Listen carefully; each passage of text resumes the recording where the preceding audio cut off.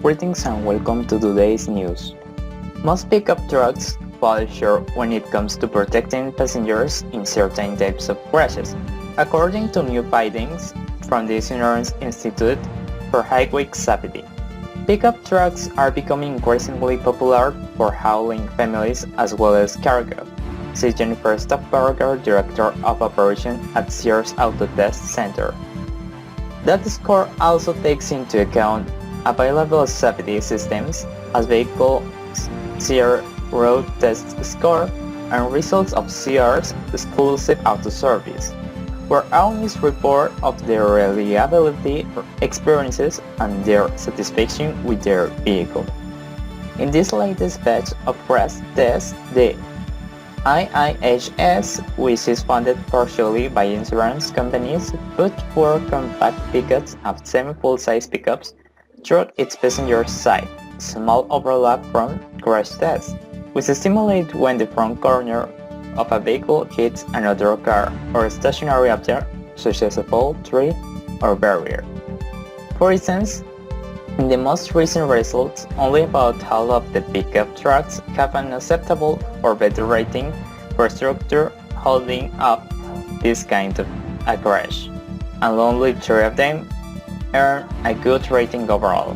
The Toyota Tundra was the only truck to receive the lowest per rating. The highest rated compact truck, as was the Toyota Tacoma, which got an acceptable rating. The Charlotte Colorado and its corporate cousin the Jimmy C. Canyon got a marginal ratings, as did the Nissan Frontier. There also saw comment from automakers that received marginal ratings in this latest round of crash tests.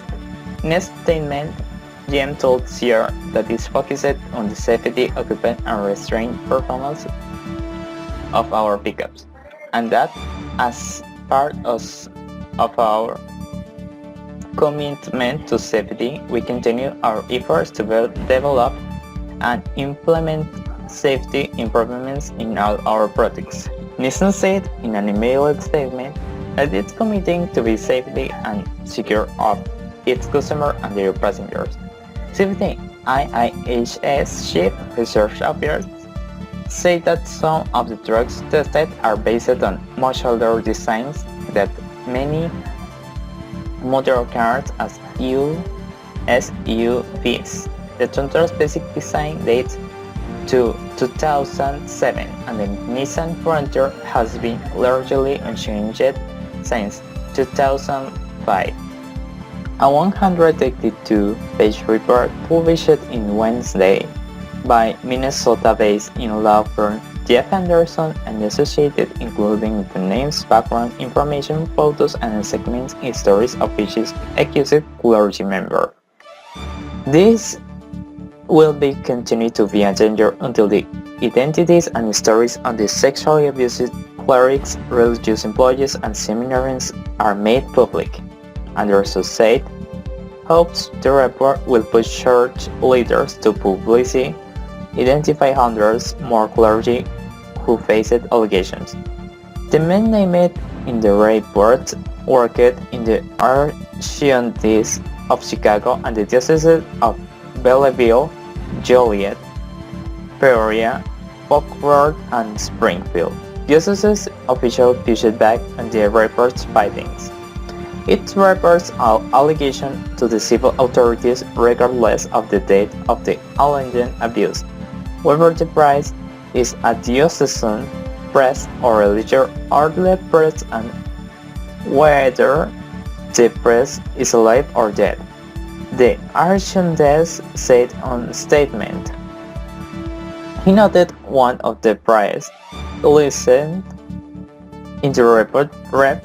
Frank Martinez has spent about 6 weeks in 1985 working as a hospital chaplain in the Central Illinois Diocese before resigning his position. Martinez has removed from the ministry 204 in 208, was included by a list by the Davenport Diocese of 24 priests relatively accused of sexual abuse. The report does not represent, as Mr. Anderson suggests, a true and diligent review of the publicly available facts, as it is highly misleading and is irresponsible. Hence it said. Rockport diocese officials said they were unaware that one former priest named on the list, Rev. Ivan Rovira, had been found to have committed the sexual abuse of a child after they left Northern Illinois in the early 1970s. He has forced to leave the ministry and after fled to Mexico, according to the Anderson report. Attorneys could obtain names of the clergy named in the report from legal settlements and news reports detailing claims of child sexual abuse. Although lawsuits were filed involving many of the alleged perpetrators, the majority of the claims against the individuals were settled according to the report. We have chosen to reveal this information because the Catholic bishops and religious orders who are in charge and have this information, Anderson said. The 6 Catholic dioceses of Illinois listed the names of 185 clergy members whose church officials determined were credibly accused of sexual abuse. The Anderson list includes those who were identified by Illinois dioceses and more than 200 additional priests and deacons. Illinois Attorney General Lisa Madigan, who left office in January, issued a preliminary report in December that found there are at least 500 clergy from Illinois dioceses who have faced allegations of abuse. The church has no publicly acknowledged or thoroughly investigated those claims. Madigan's report found she did not name those accused of misconduct. Madigan launched her investigation in August after a landmark Pennsylvania grand jury reported detailed claims against more than 300 predator priests who had abused at least 1,000 victims over roughly 6 decades.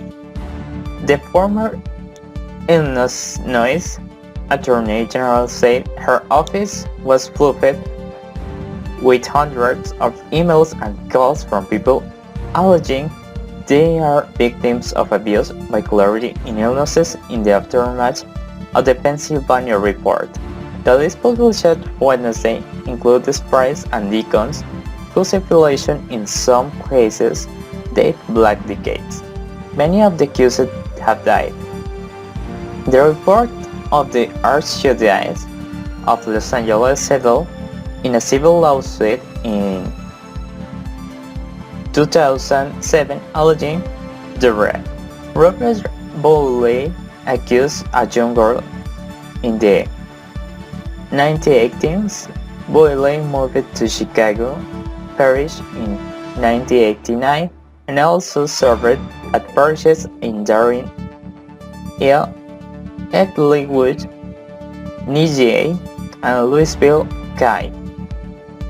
As of 2007, it was believed that Pierre Boyle was residing in the Carmelite Joes in Joliet, Illinois, at working in their archives, the report says.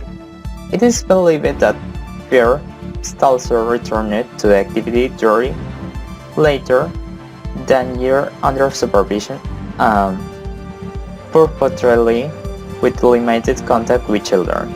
According to the report, the suit was dismissed in 1994 after the accuser dropped out of sight. According to the Joliet Herald News, Stalzer died in 2001. The list includes one priest who is active ministry, Anderson said. The Chicago Archdiocese reinstated the priest into active ministry months later after law enforcement found insufficient evidence to prosecute him. Days later, he was reinstated. Another man came forward and said he saw the same price molest a teenage boy at a suburban fitness center. The Cook County Sheriff's Office opened an investigation, but the claim was never subpoenaed, no charges were filed, and there are some defendants putting the price in the list even though authorities had not corroborated the allegations. Police guard the entrance of the Caracas headquarters to the Civil Intelligence Service after its services arrested the chief of staff to Juan Guaidó, recognized by the U.S. as Venezuela's interim leader. Venezuelan President Nicolas Maduro regime defied the U.S. authority to arrest a top aide of opposition leader Juan Guaidó, whom Washington recognizes as the crisis-hit country's interim leader. Interim Minister Rafael accused the aide Roberto Marrero, a 49-year-old lawyer who serves as Guaidó's chief of staff, of leading a terrorist cell bent on attacking the government leadership with the help of Colombian and Central American mercenaries, as well as of sabotage on public services to create chaos. He said weapons and foreign cash were found in pre-dawn raid on Mario's home. He added that Mario's 34-year-old bodyguard, Luis Paez, was also arrested and faced the same charges, and a search was on identified collaborators. The development triggered alarm internationally. The United States condemns raids by Maduro's security services and the detention of Roberto Marrero, chief of staff to interim President Juan Guaidó. We will hold and contain those involved, U.S. Secretary of State Mike Pompeo said on Twitter. Maduro has made another big mistake. The illegitimate arrest of Roberto Marrero, interim President Juan Guaidó's aide, will not go unanswered. He should be released immediately and his safety guaranteed, added National Security Advisor John Bolton. Maduro and Guaidó both claim to be Venezuela's legitimate leader, but Maduro, 56, retains the loyalty of the military brass and has control of the state's apparatus. Guaidó, 35, declared himself interim president on January 23 and has the backing of the US and more than 50 countries. Extra shipping containers and contract loads have been moved into the place of the raid. Vargas said Thursday raid, which occurred around 2 a.m., was carried out by around 50 officers of the Bolivarian Intelligence Services, or 7. The dictatorship is abducting citizens, Vargas said. The Lima Group, which includes Argentina, Brazil, Canada, Chile, Colombia, Costa Rica, Guatemala, Panama, and Peru, issued a statement calling Nicolas Maduro's illegitimate and dictatorial regime to immediately release Mr. Marrero and leave Vargas alone. We demand the end of harassment of Venezuelans, upholding democracy and the systematic practice of arbitrary detention and torture in Venezuela, said the statement issued by Peru's Foreign Ministry. In just over a month, on April 28, increased hours of U.S. sanctions on Venezuela being intensified to a critical level with a ban on all oil sales into the United States, Venezuela's main crude buyer. The step is expected to worsen already their economic conditions, reviving Venezuela, a once healthy South American nation that has become impoverished under Maduro.